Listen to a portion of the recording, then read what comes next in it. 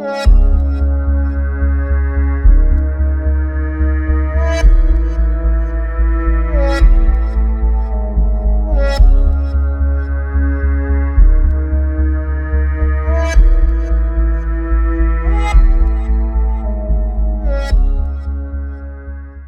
up, Mopar fam? I hope everybody out there's having a fantastic time. If you're new to the channel, thank you for clicking on the video and checking it out. If you find anything useful in this video, please do subscribe to the channel and hit that bell button for the notifications so you don't miss any future content. Today, guys, we are going to talk about the most brought up topic in any chat forum, Facebook group, anything. Doesn't really matter what it is, but the million-dollar question that everybody's constantly posting is, what tuner should I go with? Who should I pick to tune my car or my truck or my Hemi engine? That is a question that gets asked all the time, and sometimes that person gets beat up with a bunch of responses or a bunch of smart-ass responses, and sometimes you do get some good advice. And I'm going to do my best to give you my personal opinion on any remote tuner.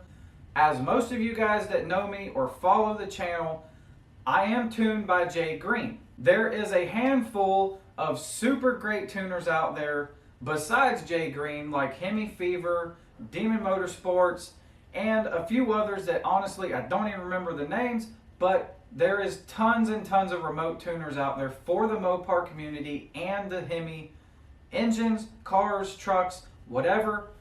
There is tons to pick from, and again, it's the million-dollar question, who and which one should I pick? And then you always get those answers and responses back and forth saying the blue guy's better than the red guy, or some guy chimes in and says the yellow guy's better than both the blue and the red guy, and it just gets confusing. So we're going to break it down, and we're going to talk real world stats and what it actually is going to take to have the best tune possible for your setup, regardless of who touches your car or computer and tunes you remotely or in-house.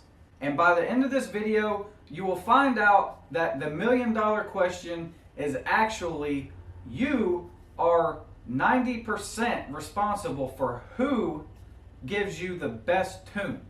So today you will notice I have a laptop. I have my Diablo Trinity tuner right here. This is a programmer to load custom tunes, change parameters, do lots of stuff. Okay? If you get a custom tune, you are going to need a programmer. Doesn't have to be this one, but you will need a programmer of some sort, brand, or whatever. You're going to need one. You will also need a laptop or a computer, desktop at the house, whatever. You're going to need a computer.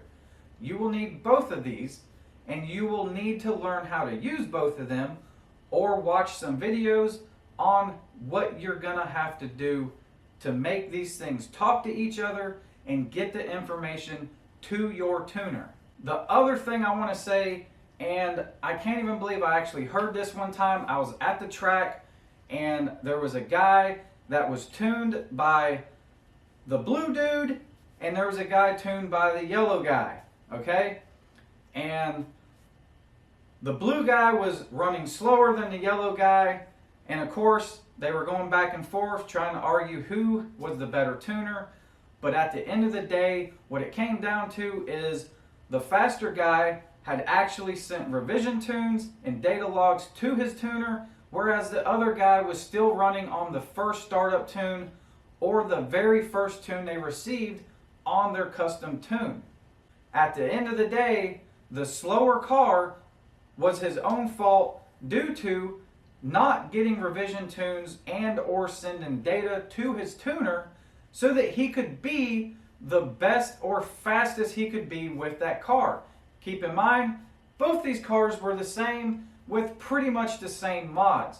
Only difference, one guy actually did what he was supposed to do, and he wanted to actually be as fast as possible. The other guy loaded the tune, called it a day, and that was it. And then wanted to bitch about it and complain that the tune was not faster than the other guys, and he actually tried to get his money back from a remote tuner. I don't even know how the hell you do that.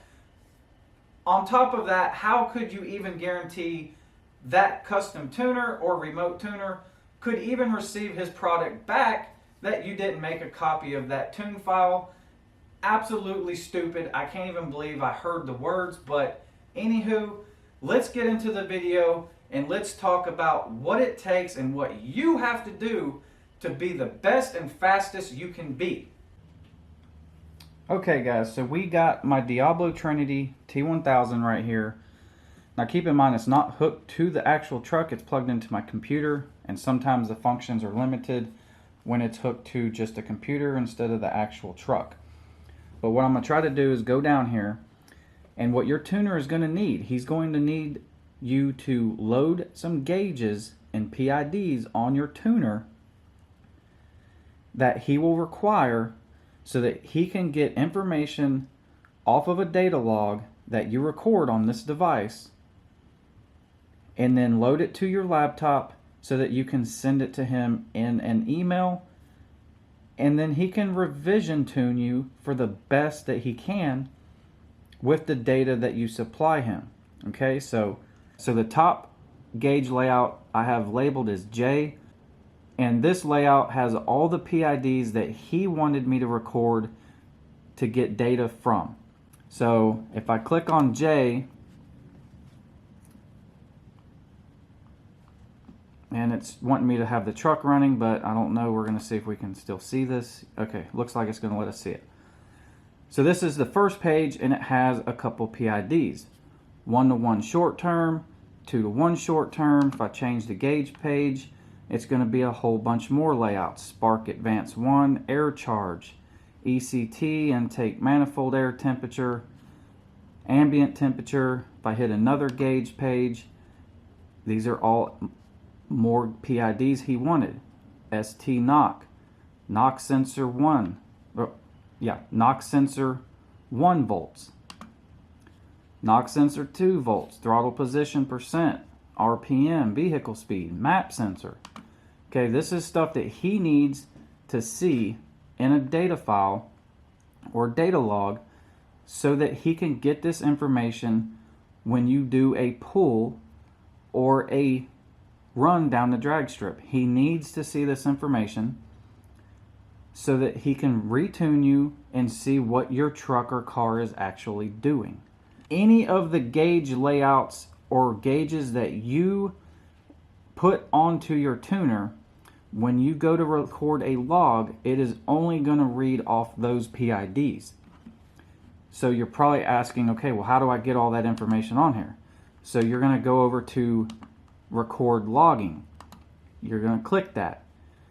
Create a new log. Okay, that's where we're going to go if we're going to record a log. If you are trying to add a gauge or make a gauge layout, then you're going to go to the same place, create a new log. We're going to skip over my logs that are my gauge layouts down here, so don't mind those. You're going to see an empty layout, so you're going to click empty layout, and we're starting with an empty page. Click edit to add gauges. So we're going to continue. So right here, you're going to hit edit on the side, add a new gauge.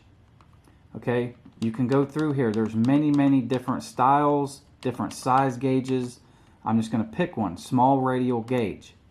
Okay, so now we have a gauge on here, but it doesn't mean anything.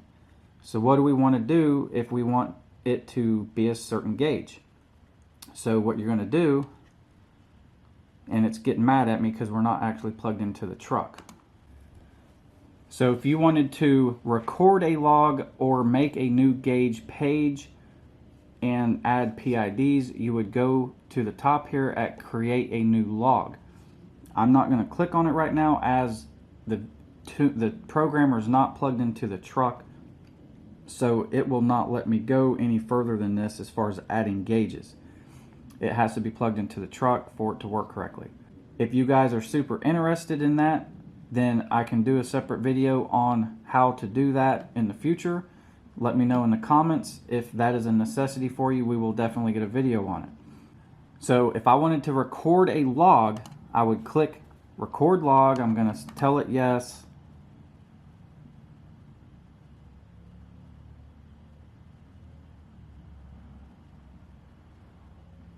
And it's going to ask you which gauge layout do you want to use to record the log. So you would pick whatever gauge layout you want to record this pass in, or this pull, or race down the drag strip, whatever it is you're doing. If you want to record the PIDs, you're going to pick which gauge layout you want to use. So if I wanted to use J's, then I would click J, and all of these gauges that I have saved, all the information is going to be recorded from these PIDs. If the truck's running, we're doing a pull, whatever, you would hit record, and obviously you would see live data, and it's going to be recorded as the pass happens. So then you would go, if we actually made a pass, you would save that log. Obviously we don't have the truck running, so it's not going to let us record a log, but you would save that log, and then that log is saved into your programmer. The next step is going to be plugging this into your laptop and then uploading the data onto the software. Okay, so we have our programmer plugged into the laptop, and we're going to go to the data viewer icon right here on my laptop. If we click the data if we click on the data viewer, we're going to wait for the software to load up. And once this pops up, you're going to want to connect your tuner to the software.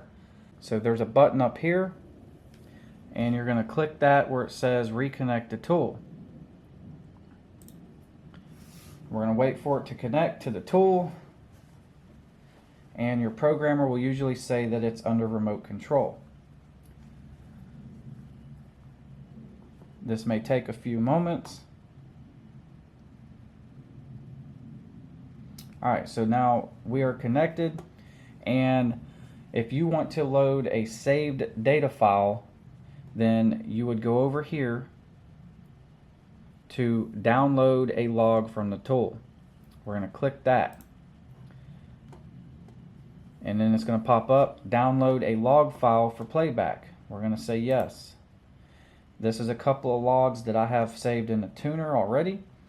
I'm just going to click on this one, pull, and this was a short little pull that we did a few days ago. We're going to hit OK, and then what's going to happen is it's going to load up that data file of that pull, and it's going to show a list of PIDs, which are the same ones that is saved to the programmer gauge layout. And this is all the PIDs that we recorded on that pull. So your tuner is going to want this. Now what you're going to have to do is you're going to have to go down here, and you'll see none of these are checked. You're going to have to check each box, and now that you see we started checking, we're going to get a graph. And we're going to keep checking these PIDs, and you're going to see a bunch of squiggly lines and alien stuff that some of you guys are probably not going to know any clue about, but this is what your remote tuner is going to need from you. This is a data log. Okay? This is all the values up here. This is what happened during that pull. You can hit play, and you can watch it as it plays out, and you will see exactly what each PID and sensor was reading during this pull or this data log. But anywho, this stuff right here is what your tuner is going to need to get you the best tune possible for your car, your truck, your Hemi, whatever it is. They will need this information to give you what is called a revision tune and you will probably have to do this a few times to get it right. Not to mention you will need to do an AFR gauge, air fuel ratio gauge, and then that will be another process as far as tuning in your air fuel ratio for the best optimal power.